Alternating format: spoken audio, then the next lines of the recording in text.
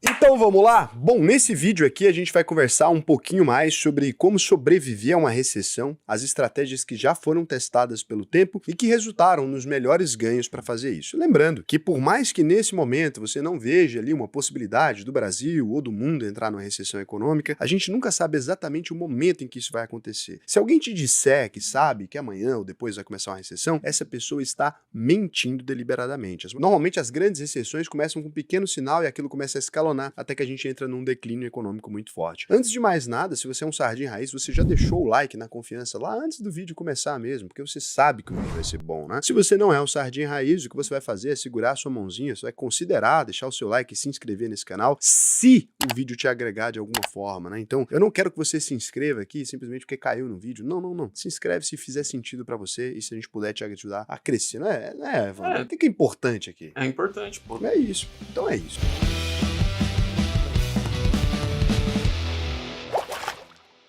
Então, a primeira coisa que você precisa é avaliar e preparar as suas finanças. Quando a gente fala disso, a gente está falando de fazer não só um orçamento, né, e construir um fundo de emergência, uma reserva de emergência, como é chamada popularmente no Brasil. A gente está falando também sobre dívida, sobre qualquer outra coisa. E aqui agora vem um planejamento que pode fazer muito sentido para você, tá? Então, quando eu falo aqui de como organizar um orçamento, eu já fiz um vídeo aqui sobre orçamento doméstico, se você quiser pode assistir esse vídeo. O que eu explico para você é como é que você vai organizar ali as suas finanças. Então, pô, vamos supor que você ganha 10 mil reais ali. Ah, o ano tem acesso a essa plataformazinha. Você não precisa disso, tá? Uma calculadora, você faz o mesmo jogo que aqui. Isso aqui é uma simplificação daquilo que você pode fazer com a calculadora. Então aqui, para efeitos de comparação, se você ainda não utiliza nenhum sistema de orçamento, o legal, né? O legal para ficar seu orçamento, se você tá aí no dito pobre premium, é como a gente chama a classe média aqui no canal. Então, 30% para os seus custos fixos, aqui entra o seu aluguel, aqui entra tudo aquilo, escola se você tiver que pagar todo mês, tudo aquilo que é mensal, alimentação básica, aí depois 15% para o seu conforto, que é aquilo que, uma assinatura de um streaming, uma assinatura de um negócio para ouvir música, um RP do LOLzinho, se você joga, um negócio que você tiver aí o seguinte, uma cadeira legal, você que é velho, às vezes a gente quer uma cadeira legal, né? Então você põe a parcela dela, ou você comprou o valor inteiro, você tem esse valor para gastar, 15% com as suas metas também, aquela viagem que você vai fazer, aquela meta que você tem ali, né, pro ano, essas coisas, 10% dos seus prazeres, vai no botequinho,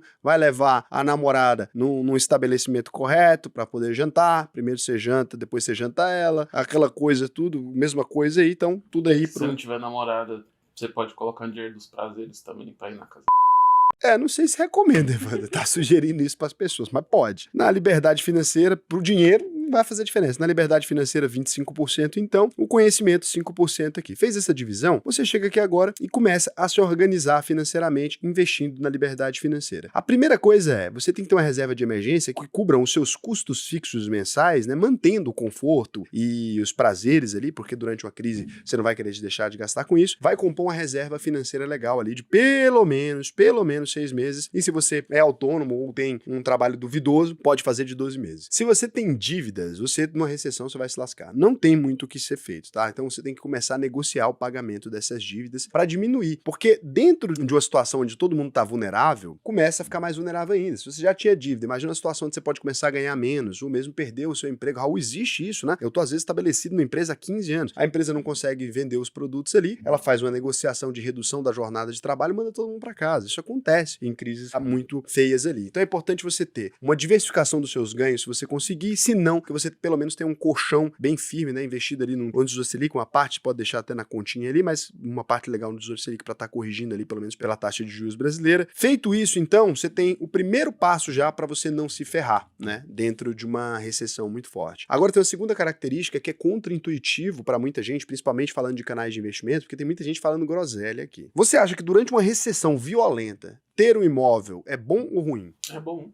É bom. Nossa, é bom demais. Você imagina no crack, né, de 1929 ali, você ter que, ou igual aconteceu no subprime de 2008, além da pessoa ter que preocupar com o custo de alimentação e dessas coisas da casa dela, ter que se preocupar com a parcela da própria casa na situação de desemprego, ou com aluguel para não ser desabrigado. Então, ter um imóvel fixo, se você quer sobreviver, né, uma estratégia testada pelo tempo e etc., aqui a gente não pode negligenciar isso. Dentro de condições normais, ter um imóvel muitas vezes pode não ser a alternativa financeira mais inteligente. Agora, Raul, eu tenho fundo imobiliário para eu pagar meu aluguel. Você vai morar dentro do fundo imobiliário na crise? Você vai pegar seus trem, vai levar lá para dentro do fundo imobiliário, vai morar lá? Vai morar lá na B3, né? Nas suas ações? Você vai pegar na sede da Vale, da Petrobras, você botar um colchonete com a sua família? Não vai. Então, para sobreviver a uma crise, é importante sim ter um imóvel. Não precisa ser um imóvel grandioso, a gente está falando aqui de se preparar, né? De fazer um colchão seguro. Não precisa ser um imóvel maravilhoso, precisa ser uma coisa incrível. Não, um apartamentozinho simples ali, muitas vezes, uma casinha mais afastada, tem em outra cidade. Cara, tá falando de uma urgência. Não precisa ser querer ter o imóvel mais incrível do mundo, não. Mas ter um imóvel pode sim te blindar contra muita coisa. Ter sua casa própria numa situação de crise pode ser muito legal. Raul, mas a casa não vai me ancorar. Pelo contrário, aquilo que realmente vale valor durante uma crise, ele acumula mais valor ainda. Então, numa inflação desenfreada, normalmente a primeira coisa que a gente vai ver subir são o preço dos ativos reais. Os ricos começam a ficar com medo de ter dinheiro no banco, começam a olhar para aquele dinheiro e ver ele se desvalorizando dia após dia, e tem um boom, uma procura por imóveis. Você duvida?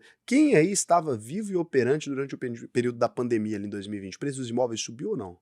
Nossa, Em demais. Goiânia chegou a duplicar, dependendo do período que você pega de observação, duplicar é quase triplicar. Eu tenho um lote que eu comprei em condomínio fechado aqui que duplicou, tá? É condomínio afastado, que não custava nada. Lotezinho que custava 40 mil reais, hoje tá valendo 300, 200 e pouco. Então assim, é loucura. Claro que agora já não faz mais um ano, né? Nesse período já fazem 4 anos ali. Mas isso aqui é uma coisa que você precisa ter em mente. Um imóvel, ele te protege. Ah, Raul, mas eu não quero ter imóvel, sou pessoa solteirão e tal. Não precisa ter imóvel. Só que se o tema do vídeo é como se proteger de uma recessão, alguém te disser que numa recessão faz sentido você viver de aluguel, pagando seu aluguel com um fundo imobiliário, essa pessoa está mentindo para você. Porque se alguém te disser que não, né, que não faz sentido você ter um imóvel ali durante uma crise, é um erro histórico. Se você observar, a maior parte das pessoas que chegaram a ficar desabrigados ou foram para uma situação de rua durante uma recessão muito violenta, eram pessoas que não tinham essa proteção de ter um imóvel próprio. Então preciso dizer, apesar de muitas vezes eu mesmo não querer ter um imóvel, né, não quis imobilizar meu capital, mas a gente vai falando de uma recessão, é importante que se exista. Aí a terceira coisa que a gente vai falar aqui, que é muito importante, é o seguinte: o que você faz antes de chegar a uma crise, como você reparou aqui, acaba importando mais do que aquilo que você vai fazer durante a crise. Por quê? Se você não tinha um orçamento doméstico, não sabia quanto você gastava, não tinha um controle financeiro, papapá, você tá fudido. Se você não tinha uma reserva de emergência, papapá, você tá fudido. Se você tá vendo esse vídeo, por um acaso o Brasil entrou numa recessão, você percebeu que você deveria ter se preparado antes, né? Que não é uma coisa que dá pra você se preparar quando ela já chegou. O máximo que você pode fazer pra se preparar pra uma crise que já chegou é tentar se capitalizar e gastar o mínimo possível. Já não tem muito o que fazer. Agora, antes de chegar numa recessão, é onde está o jogo. E aqui vai vir o terceiro item que tem muito a ver com isso. Se você diversificar e investir com disciplina todos os meses aqui e manter uma perspectiva de longo prazo, então, ó, eu vou aqui investir consistentemente, diversificar nos diferentes setores, vou tentar gerar uma renda proveniente de empresas que são anticíclicas de alguma maneira, né? Existem diversas empresas que se uma tá numa crise, a outra não tá. Se você monta uma carteira incluindo isso, né? A empresa mais comoditizada, outra mais de prestação de serviço, outra mais do lado tecnológico, outra mais de mercado tradicional, ou os bancos ali, por exemplo, não tem crise com o banco não ganha dinheiro. Se você monta uma carteira bem redonda com isso, no momento que chega uma recessão econômica, de algum lugar vai estar pingando dinheiro, porque toda crise necessariamente é uma oportunidade para alguém. Então, nunca existiu uma crise financeira que seja generalizada, não existe. Raul, mas numa crise, por exemplo, igual o subprime, tinha gente ganhando dinheiro, tinha bancos ali quebrando, tinha os que sobraram ganhando dinheiro, tinha empresas de mercados tradicionais, setores de alimentação, etc, ganhando dinheiro, tinha empresas do setor de alimentação Até ganhando no dinheiro. Covid, né, Raul? Tanto de empresa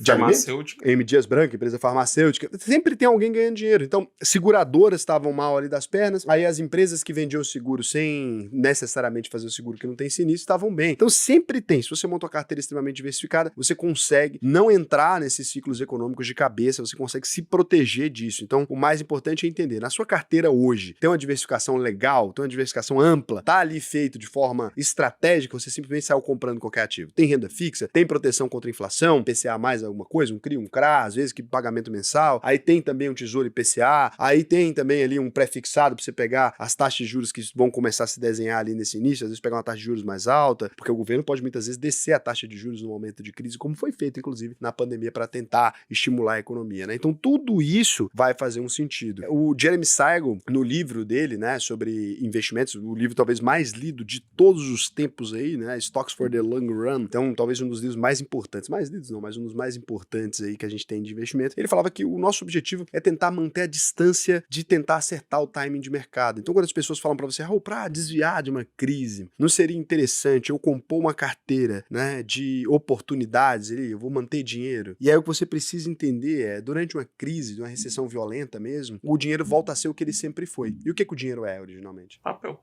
papel. Então, durante uma crise muito violenta, dá para comer papel? Não. Dá para vestir papel? Não. Dá para morar no papel? Não. E aí o papel serve para quê? Para nada. Então, nesse momento, quando você pega uma crise feia, quando você pega as crises, quando você olha lá fora a crise na crise na Alemanha, ou quando você olha as crises da década de 80 no Brasil, ou quando você olha mesmo o 1929, o crack da bolsa, as pessoas faziam fila era para sopa, né? Não é para ganhar dinheiro de papel ali. Ninguém tá preocupado muito com aquilo, porque é dentro da perspectiva econômica, acaba que aquilo perde valor. Então, presta atenção nessas coisas, evite manter grandes posições em dinheiro de papel, moeda fiduciária, porque na crise ela não tem valor nenhum. Ô, Raul, você não comentou aqui, mas é interessante ter também um pouquinho de investimento internacional. Com certeza, você vê. Isso faz parte daquele laço, daquela ideia de diversificação, né? Se você diversifica, Europa, Brasil, Japão, muito difícil o mundo inteiro estar em crise ao mesmo tempo, né? E aí se acontecer também, é um momento mágico, é incrível. Então você vai ali ter o azar de presenciar uma crise realmente global. É muito difícil acontecer uma crise global. É muito comum caírem as ações todas, mas não você parar de ter rendimentos de todos os lugares ao mesmo tempo. Isso nunca aconteceu e provavelmente não vai acontecer porque alguém está se beneficiando, como eu disse anteriormente. A quarta coisa aqui é você tentar, né, monitorar e ajustar a sua carteira no período que você está tocando aqui. Então você reparou,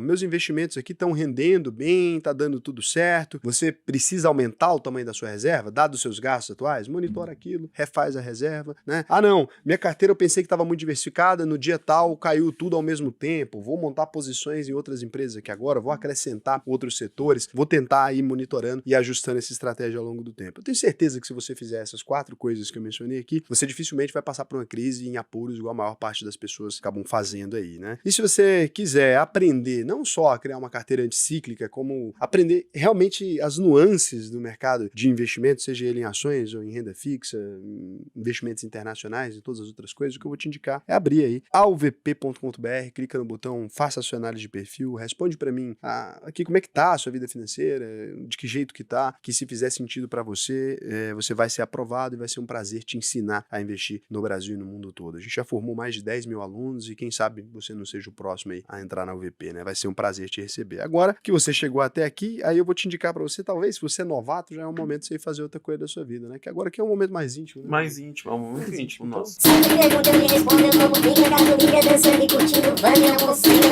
que agora a gente vem para as perguntas, vamos ver o que tem aqui. Lá pergunta, uma perguntinha. O Draco Animas 9551, às 6 horas editado, disse: eu sempre tive uma pergunta, mas nunca cheguei a ver ninguém responder. Se eu tiver uma grana investida numa Avenue da vida, Avenue, né, da vida, em rates, stocks e ETFs, o governo teria alguma forma de ter controle sobre essa grana? Por exemplo, bloquear a conta, ter direitos sobre esses valores ou qualquer coisa que torne esse dinheiro inutilizável? Bom, o governo brasileiro, ele consegue te impedir de transformar esse dinheiro em reais, por exemplo, né? Ele consegue também solicitar que a Avenue, como é uma empresa que também atua no Brasil, que ela bloqueie de alguma forma esses recursos. Agora, a Avenue vai aceitar esse recurso durante um período de crise, alguma coisa desse gênero? Acredito que não. Sendo uma entidade estrangeira, né, se ela tivesse ali um vínculo aqui, mesmo o vínculo dela sendo a maior parte brasileira, se fosse uma medida arbitrária que vai prejudicar os clientes e que geraria imagem negativa, acredito que a empresa se recusaria. Tendo seus ativos lá fora, também seria possível, no momento que isso fosse divulgado, que você transferisse a custódia desses ativos para uma corretora americana, e aí só o governo americano conseguiria fazer isso. Mas é muito fácil bloquear o seu recebimento desse dinheiro em reais, então presta atenção, né? Tudo no mundo tem uma vantagem e uma desvantagem. Quando você usa corretoras prontas para brasileiros, significa que elas têm algum vínculo com o Brasil, né? Não quero fazer isso. Posso abrir numa corretora lá fora? Pode. A Graziela Mendes da Silva 9904 só viu um Tesla no Google. Ela nunca viu um Tesla. Eu perguntei no outro vídeo, alguém já viu um Tesla na rua? Ela só viu um Tesla no Google. E pergunta: bom dia, o que você acha de investir em ETF de Bitcoin? Exemplo, o Hash 11. Essa é uma pergunta muito interessante. Para mim, a principal vantagem que a gente tem dos sistemas de finanças descentralizados, seja um token ou uma criptomoeda, alguma coisa desse gênero, é exatamente essa habilidade que o colega estava citando anteriormente, né? Que o Bitcoin ele não poderia ser confiscado nem nada. Agora você vai lá e pega esse dinheiro e coloca dentro de um ETF, você vai pagar taxas, você não pode transferir facilmente e não são suas moedas, né? Tá na mão de outra pessoa. Então, eu acho um dos piores ativos que já foram inventados pela espécie humana. Agora, talvez você não queira, necessariamente você não invista no Bitcoin pela liberdade, nem por nada disso, você investe no Bitcoin simplesmente porque você acha que ele vai valorizar, alguma coisa desse gênero. Aí talvez possa ser o ideal para você. E então, para mim, eu quero a distância disso, tá? Eu não tenho nenhum centavo comprava ETF nenhum de Bitcoin, nem de coisas desse tipo. Eu adoro ETF para ativos reais, né? Mas não para esse tipo de ativo, não. Mas eu entendo que foi importante essa criação disso pro mundo, né? Foi muito legal. A doutora Clarice Mauro, 1742, falou: não vi um Tesla na minha cidade. Raul, você é parte do domingo, é muito importante resumo semanal. Sucesso sempre. E ela foi a vencedora. O presente, né? Você ganhou um presente, então, que a gente divulgou no último giro da bolsa que saiu no domingo. Então foi a doutora Clarice Mauro, 1742. Pode ir lá, chamar a gente na página alvp.com.br. Você vem aqui, fale com o especialista e fala assim: ó, ganhei um presente, cadê meu presente? Que ele vai te explicar como é que você vai comprovar sua titularidade da conta e vai receber. E o comentário para você que quer participar aqui, né? Você tem que comentar mais alguma coisa e essa frase aí, se você quiser participar disso, é: cadê a recessão? E aí o restante você pode comentar de acordo com o que você quiser. Se comentar só cadê a recessão, a gente não vai dar mais não, porque tá muito fácil, né? Só comentar cadê a recessão. Pode ser cadê a recessão, oi, eu aceito. Agora só cadê a recessão, sem nenhum comentário autoral, sem nenhuma dificuldade, copiando e colando, coleguinha, isso aí não passará. Acabou isso aí, acabou. Ah, eu sou do tempo que podia qualquer comentário. Pois pode é. escrever e colocar o vídeo, tá uma merda, mas... Se colocar que o vídeo tá uma merda, eu bano. Ué, que é isso? Eu passei aqui horas gravando. Tá uma merda é o vídeo que o Vandinho fez. Eu não. Agora vê o Vandinho incitando o ódio contra a minha pessoa. Pode comentar aqui. O Vandinho tá uma merda esses dias. Sua opinião toda torta. Brincadeira. Não fala mal do Vandinho também, que é proibido, expressamente proibido nesse canal aqui. Do Cazé pode, que a gente tá com raiva dele hoje. Ele atrapalhou a gravação por 4 vezes tentando fazer o trabalho dele. Isso aí a gente não aceita. Nessa empresa, fazer o próprio trabalho é uma coisa que a gente não aceita. Dá um tchau pro pessoal, Cazé, que eles não ouvem sua voz há meses. Tchau, pessoal. Nossa, tá, foi romântico. Ele deu um tchau, pessoal. Contatos aí, 6299. Beijo, gente, tchau.